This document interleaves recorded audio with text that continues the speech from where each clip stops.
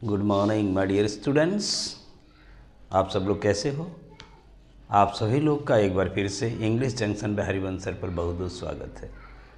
मेरे प्यारे विद्यार्थियों, जैसा कि आप लोग को मालूम है कि टाइम और टेंस की एक सीरीज़ पढ़ा रहे थे, उसमें मैंने अभी तक आप लोग को पढ़ाया है प्रेजेंट टेंस और पास्ट टेंस। आज का जो टॉपिक है फ्यूचर टेंस है। ये फ्यूचर टेंस कोई टेंस अगर देखा जाए तो नहीं है, यह एक इमेजिनेशन है। इमेजिनरी सेंटेंसेस होते हैं जो कि रियल नहीं होते, जिस पे मैंने आप लोग को पहले बताया हुआ है कि जो कुछ ऐसे सेंटेंस हैं जो रियल नहीं हैं, जो इमेजिनरी हैं, वो फ्यूचर में आते हैं। क्योंकि प्रेजेंट और पास्ट ऐसे टेंस होते हैं जो हम महसूस कर चुके होते हैं, जिसको हम लोग जान चुके होते हैं, जिसको फील कर चुके होते हैं कि नहीं ये टेंस ऐसा होता है, ये समय ऐसा होता है। क्योंकि जो पास्ट होता है वो बीता हुआ होता है, तो हमारे साथ जो घटनाएं घटती हैं उसको हम जानते हैं, और प्रेजेंट में जो चल रहा होता है वही प्रेजेंट होता है। तो आइए चलते हैं, आज फ्यूचर टेंस की बात करते हैं। ये जो फ्यूचर टेंस है, फ्यूचर टेंस में अगर देखें तो इसमें भी 4 पार्ट होते हैं। पहला इंडेफिनिट है, अगर देखेंगे तो पहला इंडेफिनिट, ये इंडेफिनिट टेंस है, future indefinite tense. Future indefinite tense की जो पहचान हिंदी में होती है बेसिक की, गा गे गी दिया रहेगा। सिर्फ मेन वर्ब में गा गे गी दिया हो तो समझ लीजिए कि यह फ्यूचर इंडेफिनिट टेंस है। तो फ्यूचर इंडेफिनिट जानने के लिए एकदम इजी तरीके से समझ लेंगे इसको। इसमें बहुत ज़्यादा टेंशन नहीं है, बहुत ज़्यादा कठिन चीज़ें नहीं हैं जो आपको कुछ करना है, एकदम आसान से जानेंगे इसको। तो देखेंगे जहाँ भी किसी वाक्य में हिंदी में गा गे गी दिया हो मेरे प्यारे बच्चों, तो आपको कुछ नहीं करना है।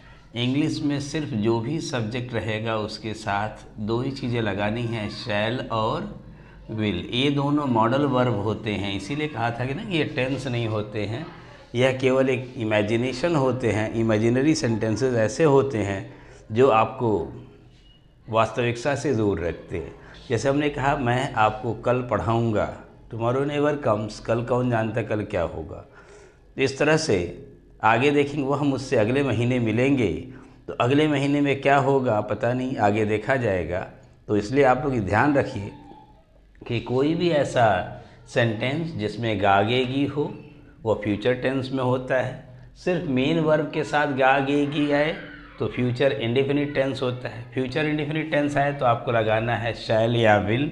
ये जो आपका शैल है ये आई और वी के साथ लगता है, विल जो होता है बाकी सभी के साथ, सभी सब्जेक्ट्स के साथ, जितने सब्जेक्ट्स होते हैं सबके साथ। आजकल हम लोग जो आई और वी के साथ भी विल का ही प्रयोग कर लेते हैं, लेकिन उसका भी कॉम्पिटिटिव एग्जाम में असर पड़ता है, जबकि स्पोकन इंग्लिश में अगर आप बोलना चाहते हैं तो इसमें इसका कोई असर नहीं है। आप बोल सकते हैं I will come, I will go, I will talk to you tomorrow, कर सकते हैं क्योंकि आपको सेंस समझना होता है। लेकिन जैसे ही हम उस कॉम्पिटिटिव लेवल पे जाते हैं तो शैल और विल का अंतर अलग हो जाता है, जो हम आपको मॉडल में बताएंगे। जब भी मॉडल पढ़ाएंगे इसका तो बताएंगे शैल कहाँ लगाते हैं, विल कहाँ लगाते हैं। अभी आप इतना जानें कि आई और वी के साथ शैल, बाकी सभी के साथ विल का प्रयोग करेंगे।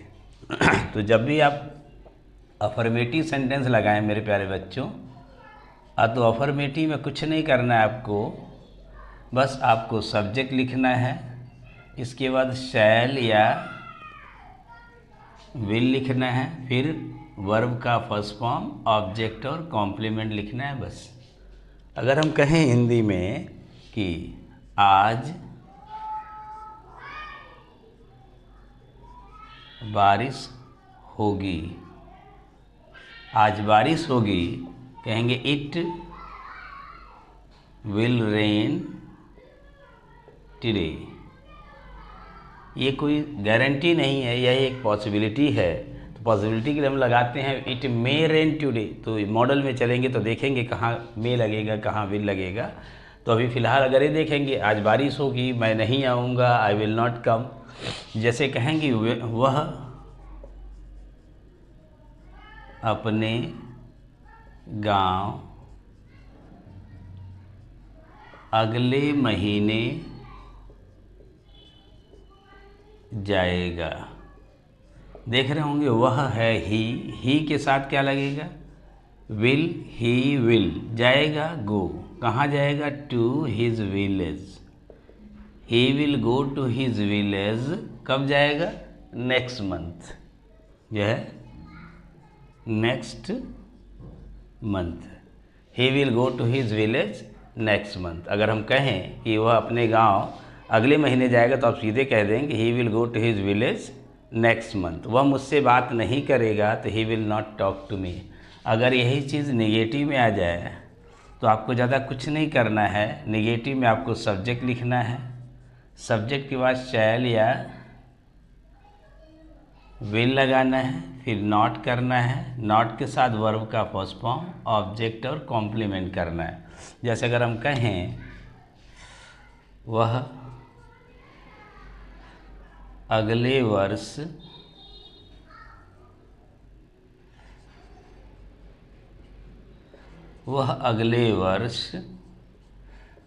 दिल्ली से वापस नहीं आएगा। अगर हम देखेंगे वह अगले वर्ष दिल्ली से वापस नहीं आएगा तो अब कहेंगे क्या, इसके ट्रांसलेशन कैसे करेंगे, ही विल नॉट, इस विल नॉट को हम शॉर्ट में लिखते हैं वोंट, इसका कॉन्ट्रैक्शन फॉर्म है वोंट, ही वोंट कम, वापस तो back, he will not come back, कहाँ से, फ्रॉम दिल्ली, अगले वर्ष है तो next year, he will not come back from Delhi next year. अगर कहें कि मैं उसे नहीं बुलाऊंगा,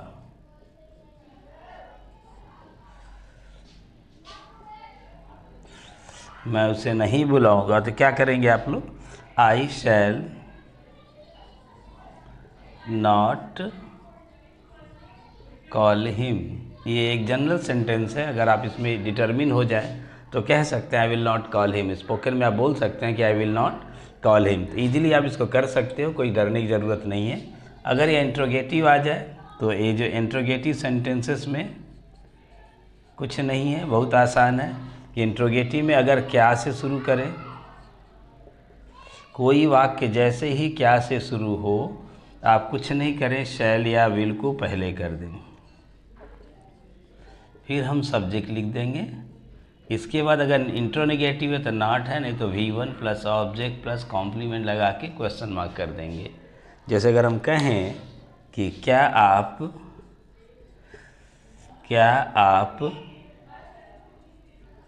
वहाँ पैदल जाएंगे, आप हैं तो यू के साथ विल आएगा, तो will you go there on foot, पैदल की मीनिंग होती है on foot, will you go there on foot. अगर इसमें इंट्रोगेटिव सेंटेंस अगर आ जाए तो इंट्रोगेटिव सेंटेंस को हम कैसे करेंगे, ज़रा इसको ध्यान से देखते हैं कि अगर WH वर्ड बीच में आ जाए तब हम क्या करते हैं, उसमें भी परेशान नहीं होते हैं। यह जो यस नो टाइप का सेंटेंस है तो उसमें WH वर्ड नहीं लगता है। अगर WH वर्ड हो, यदि वाक्य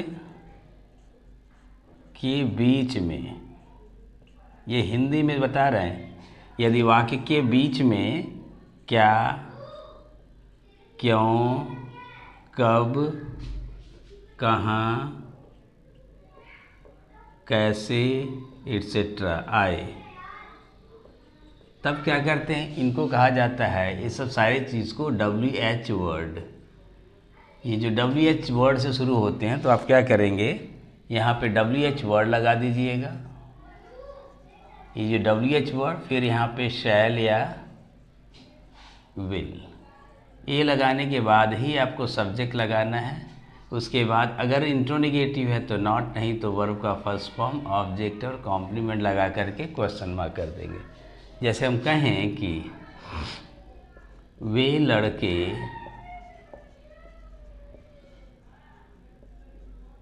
ये हल्ला क्यों मचाएंगे, वे लड़के हल्ला क्यों मचाएंगे। तो क्यों की मीनिंग आप लिख दीजिए, कहेंगे वाई डू, सॉरी मचाएंगे तो फ्यूचर है तो वी डू नहीं होगा, सॉरी, इसके लिए विल लगाएंगे। वाई विल, वे लड़के, those boys, why will those boys make a noise,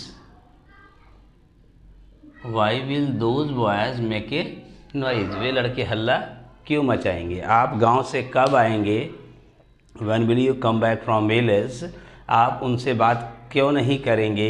why will you not talk to him, ऐसे देखेंगे बड़ी आसान है, सबसे आसान फ्यूचर टेंस है, इजीली आप लोग कर लेंगे। अगर हम कहेंगे कि उसे अब कौन पढ़ाएगा, उसे अब कौन पढ़ाएगा, तो कहेंगे हु विल टीच हिम, उस अब की meaning now, who will teach him now, आपसे मुलाकात कौन करेगा, हु विल मीट यू, आप अब क्या करेंगे, what will you do now, इस काम को आप कैसे करेंगे, how will you do this work. इस तरह देखेंगे जो आगे के कार्य किए जा रहे हैं, जो कि फ्यूचर में आने वाले कार्य हैं, उनको करने के लिए शैल और विल का प्रयोग कर करके आप आराम से कोई भी सेंटेंस बना लेंगे। लेकिन अगर मेरे विद्यार्थी देखेंगे कि जैसे ही कोई सेंटेंस पर दबाव डाला जाए, जब किसी सेंटेंस पे प्रेशर डाला जाए तो आई और वी को रिवर्स कर दिया जाता है। अगर हम बोले मैं आऊँगा ही, आई विल कम, वह मुझसे बात करेगा ही शैल टॉक टू मी, आपको आना ही पड़ेगा, you shall have to come, you will have to come की जगह you shall have to come. तो वहाँ देखेंगे जहाँ पे प्रेशर हो जाता है, जहाँ प्रॉमिस हो जाता है, कुछ ऐसे सेंटेंस आते हैं तो वहाँ पे हम शैल की जगह विल, विल की जगह शैल कर लेते हैं। लेकिन जनरल वाक्यों में हम शैल और विल अपनी जगह पे स्थिर रखते हैं। जैसे हम लोग आपका इंतज़ार करेंगे तो we shall wait for you, क्या आप हमारा इंतज़ार नहीं करेंगे, will you not wait for me, ये उसमें कोई दिक्कत नहीं है, इजीली आप लोग कर सकते हो फ्यूचर कंटिन्यूअस टेंस को। तो इसको आप आराम से करिए। फ्यूचर इंडिफिनिट टेंस अभी जो हमने पढ़ाया है, फ्यूचर कंटिन्यूअस टेंस इसके बाद वाले में पढ़ा देंगे, क्योंकि वो भी बहुत आसान है, सबसे ईजी है, बहुत ज़्यादा कठिन नहीं है। बस अर्थ इंतज़ार करिए, इसकी अगली वाली वीडियो फ्यूचर कंटिन्यूअस टेंस में आपको पढ़ाएंगे, ठीक है। तब तक आप लोग इस चैनल को जो लोग सब्सक्राइब नहीं किए हैं सब्सक्राइब कर लें, और जो लोग सब्सक्राइब कर दिए हैं वीडियो को लाइक और शेयर करना बिल्कुल ना भूलें। अपने अपने दोस्तों को शेयर करें, दोस्तों को बताएं, उनसे भी सब्सक्राइब करवाएं, और बाकी जो नए व्यूअर्स हैं चैनल को सब्सक्राइब ज़रूर कर लें, जिससे नए नए नोटिफिकेशन उनको मिलता रहे।